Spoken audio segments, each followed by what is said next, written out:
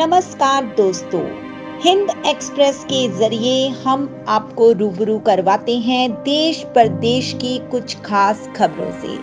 लेकिन आज हम जानकारी दे रहे हैं एक ऐसे गांव की जिसके रोम रोम में भारत बसा है। तो चलिए काजल मारिया के साथ एक ऐसे ही गांव के बारे में जानने के लिए।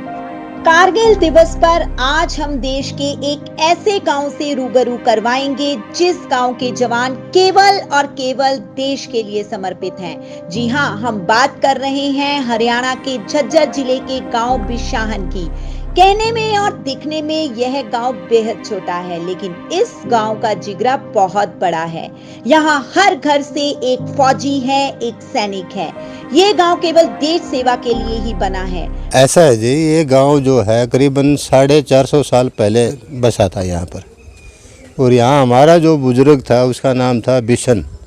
वो आया था राजस्थान से, पिल्लूकोट से। तो उसके बाद में जब ये गांव यहाँ बसा तो यहाँ ज़मीन कम थी और ये फर्स्ट आते ही इन्होंने भाई ये उसमें डिफेंस में स्टार्ट कर दिया जाना। तो जो हमारे जो बुज़ुर्ग थे जिन्होंने वहाँ जाकर डिफेंस में वह चीज़ देखी है, तो उन्होंने उन सभी अपने बच्चों को प्रेरित किया भाई डिफेंस ही है जो देश सेवा कर सकते हैं। उसी का ये नतीजा है आज।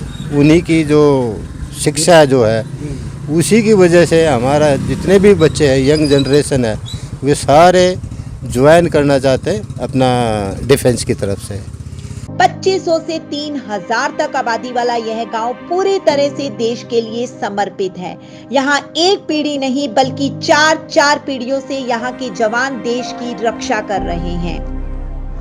देश सेवा का जज्बा इस गांव की मिट्टी में कुछ ऐसा है कि दादा, पिता, बेटे और पोते हर कोई देश की सीमा पर जाकर देश की रक्षा कर रहा है और करना भी चाहता है। इस गांव की मिट्टी से कांस्टेबल से लेकर सेना अध्यक्ष तक निकले हैं। पूर्व सेना अध्यक्ष दलबीर सुहाग इसी गांव की देन है। जल, थल, वायु, देश की तीनों सेनाओं में इस गांव के जवान शामिल हैं। हाँ जी, जैसे कारगिल में हमारे गांव में, कारगिल के अंदर हमारे जाट रेजिमेंट में काफ़ी थे। 4 जाट में जैसे 18 जाट में और 17 जाट में, इनमें जो हमारे गांव से थे वो, लेकिन गांव में अभी इस टाइम पे वो हाजिर नहीं हैं। उन्होंने उस टाइम पे अपना योगदान दिया और जो है बाहर अभी रोहतक रहते हैं, कोई बच्चों की पढ़ाई के लिए, कोई कहीं रहता है शहर में, क्योंकि गांव में यातायात का साधन है नहीं। यहाँ से लड़कियों को भेजना और जो है इस तरह से बड़ी समस्या है।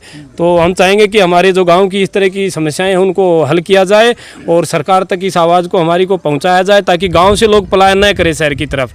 यही हमारा निवेदन है। आप गांव में लगे ग्राम गौरव पट पर लिखे गए वीरों के नाम इनकी बानगी स्वयं दर्शा देते हैं।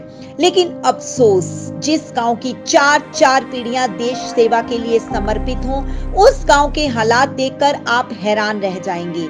जी हां, हम अब आपको गांव का एक अलग रूप दिखाने जा रहे हैं। जिस गांव के वीरों ने विश्व युद्ध से लेकर प्रथम युद्ध, दूसरा युद्ध से लेकर कारगिल की लड़ाई तक लड़ी हो, उसी गांव के जवान अब सुविधाओं के अभाव में जी रहे हैं। देश को समर्पित यह गांव अपनी ही बदहाली पर आंसू बहा रहा है। जो जवान कभी देश की विभिन्न लड़ाई में शामिल थे, आज वही एक्स सर्विसमैन अपने हालात बयां कर रहे हैं। वर्षों तक देश की सेवा करने वाले गांव के एक्स सर्विसमैन आज खुद सुविधाओं के अभाव में अपना जीवन व्यापन कर रहे हैं। जिस गांव को सरकार या प्रशासन द्वारा आदर्श गांव या नगर बना देना चाहिए, उस गांव के हालात एक आम गांव से बदहाल हैं। बस से नहीं लगा रखी कोई गवर्नमेंट ने। उसके बाद में स्कूल की हालत भी बहुत जर्जर है। मतलब स्कूल जो है ऐसी कंडीशन है, बहुत पुराना हो चुका है, खिड़कियां टूटी हैं, सब बच्चे जो है वो खिड़कियों से बाहर निकल जाते हैं, कुछ इधर कोई कंट्रोल नहीं है उसमें। स्कूल की कंडीशन बहुत खराब है। जो गांव पूरी तरह से हाईटेक होना चाहिए था, वह गांव, उसके लोग मूलभूत सुविधाओं के लिए जूझ रहे हैं। पीने के पानी की समस्या से लेकर पानी निकासी की समस्या, जिससे पूरा गांव हमेशा तालाब में तब्दील रहता है। इतना ही नहीं, गांव के लोग खेती पर भी आधारित हैं, लेकिन गांव में हर साल बारिश के सीजन में फसल बर्बाद हो जाती है। आप तस्वीरों में देख सकते हैं कि किस तरह से गांव की गलियां तालाब में तब्दील हैं। साथ में गांव के खेतों में भी भरा पानी तालाब की तरह दिखाई दे रहा है, जिससे हर साल पूरी फसल बर्बाद हो जाती है। कुल मिलाकर ये कहें, जिस गांव में हर घर से फौजी है, यहां तक कि पूर्व सेना अध्यक्ष दलबीर सुहाग जैसे जांबाज ऑफिसर भी इसी मिट्टी से निकले हैं, आज वही मिट्टी वही गांव आंसू बहाने पर मजबूर है। बिल्कुल बुरी तरह से सरपंच ने बता लिया, उधर भी गए थे जज्जर भी, कोई सुनवाई नहीं उसको साफ करने के लिए। दूसरा पानी की समस्या बाढ़ की, तीसरा पीने के पानी की, जो पीने का पानी है, तीसरा बस की समस्या है बहुत भारी। इस गांव में सुविधाएं बहुत कम है, कम से कम है जो बता रहे हैं, ज़्यादा समस्या होनी चाहिए, सुनाई नहीं करते। कुछ यहाँ ये समस्या के बारे में जी, ये तो सरकार ने इस गांव को एक आदर्श नगर गांव बनाना चाहिए इन्होंने, जिस हिसाब के ये गांव ने यहाँ इधर अपने मतलब सिविल डिपार्टमेंट में लगा लो, अपने डिफेंस में लगा लो कि गांव में सुविधाओं का अभाव ऐसा है कि ग्रामीणों ने यहां से पलायन करना शुरू कर दिया है। आप तस्वीरों में देख सकते हैं कि कैसे हर दूसरे घर पर ताला लटका है। 1/3 लोग गांव से पलायन कर चुके हैं। करें भी क्यों ना, क्योंकि जिस गांव में बस परिवहन जैसी सुविधाएं भी ना हो, ऐसे गांव के बच्चे बाहर जाकर कैसे अपनी शिक्षा ग्रहण करेंगे। गांव में बस की कोई खास सुविधा नहीं है। हर कोई अपने साधनों से ही अपने बच्चों को स्कूल या कॉलेज पढ़ने के लिए छोड़ने जाता है। तो ऐसे में आप खुद समझ जाइए कि यह कैसी सरकार है, कैसा सिस्टम, जो ऐसे गांव को भी विकास के मामले में नजरअंदाज कर देता है। जिस गांव के जवान दिन रात गर्मी सर्दी में अपने देश की रक्षा के लिए सीमा पर डटे रहते हैं, उस गांव के ऐसे हालात दुर्भाग्यपूर्ण एवं निंदनीय हैं। यही इसी का रीज़न ये क्या है, जितने भी अपने जो भी एक्स सर्विसमैन हैं, वे अपने बच्चों की स्टडी के लिए अपना यहाँ इतना अच्छा स्कूल नहीं है, तो ये अपने बच्चों को पढ़ाने के लिए बाहर चले गए। तो यहाँ बाकी जनरेशन कितनी है, अभी 40% जनरेशन रह गई यहाँ पर, 60% जनरेशन बाहर चली गई।